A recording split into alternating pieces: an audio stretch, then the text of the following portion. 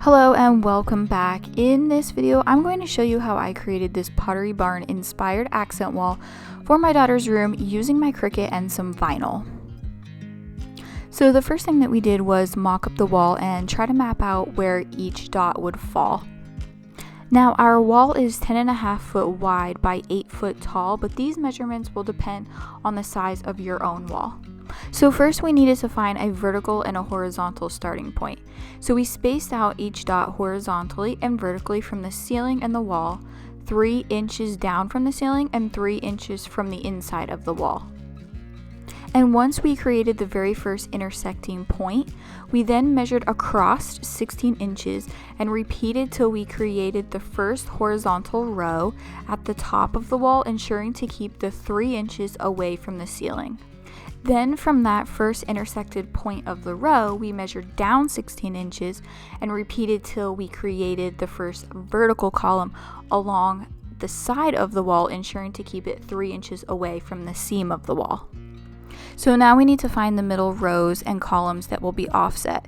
And in order to find those measurements, we needed to find our offset starting point. So we divided our original 16-inch measurement spacing in half, and that gave us 8 inches because these offset points will fall in between those vertical and horizontal points that we previously made throughout the whole wall.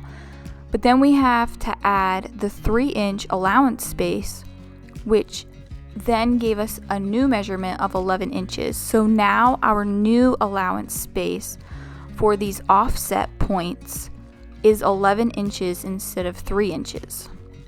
So once we created the very first offset intersecting points for the middle rows, we then measured across and down the normal 16 inches and repeated till we created another horizontal row right below the first row of points that are just now offset. So after we have done that, we now have a vertical and a horizontal axis of the middle offset points. And then we just continued to do the same exact thing until the entire wall was filled. And then here we're actually measuring out what we just mocked up. And if you aren't already, please be sure to subscribe, like, and share this video, as it really does help keep my channel going. And as you can see here, you'll have many marks on the wall to help you guide where to place the dots.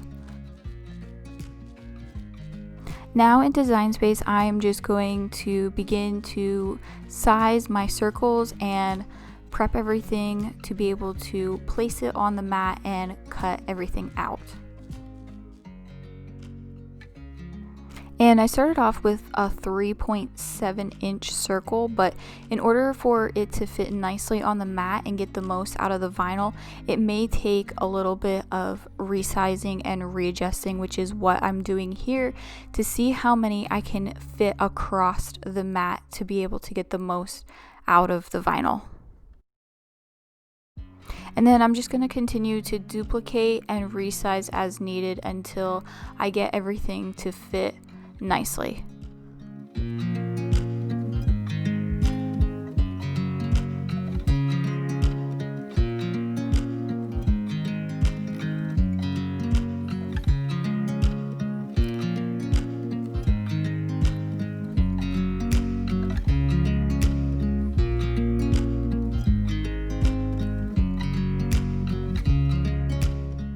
Now you can cut these on a 12 by 12 mat, but I'm going to change my mat to a 12 by 24.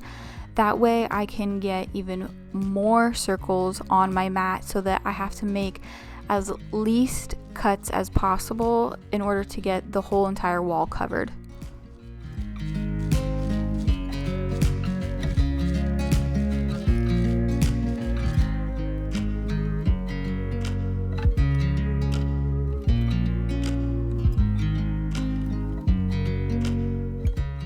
So once everything looks good with my mat, I'm going to hit continue, and then I'm going to go to browse all materials and change my material settings. So up at the top at the search, I'm going to type in foil because that's the kind of material that I am using, and then I'm going to find it and select it.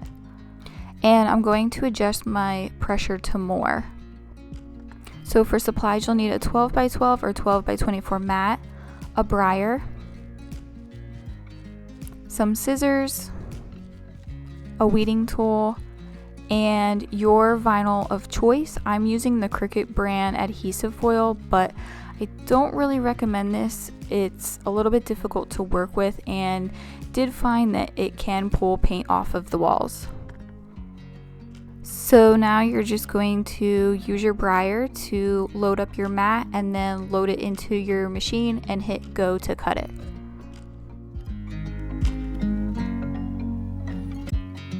So in order for you to get the dots off of the mat, there's nothing really special or any crazy weeding that you have to do. You just pull it right off like a sticker and then place it down on the wall. And then I use the brayer once again to help burnish it onto the wall.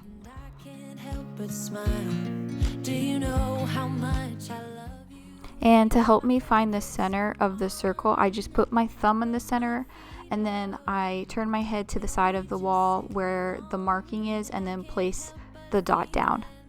Just loving this moment. Can we stay here forever? Then I just take the brayer and run it over the circle to ensure that it's stuck to the wall. Don't you know that I would, 'cause I'm just loving this moment. And my daughter was very excited about her wall and wanted to help, so of course I could not say no. Forever, forever. I watch you as you sleep. You don't know I'm looking. With you everything's complete. Do you know how much I love you? I put your favorite song on just to wake you up when I did. So you'll just continue to peel the dots off of your mat and place them down on the wall onto the markings that you previously have made until the wall is completely filled with dots. If I could stop the time, don't you know that I would, 'cause I'm just loving this moment. Can we stay here forever? And here is the final wall. I absolutely love how it turned out. I love that there's a little bit of reflection to it and it's cute and girly, and my daughter loves it as well. And instead of buying them from Pottery Barn, I actually saved money, and it didn't take me very long at all, just a few hours over the span of a few days. If you enjoyed this video, please be sure to subscribe, like, and share with a friend. I'll see you in the next one. Bye!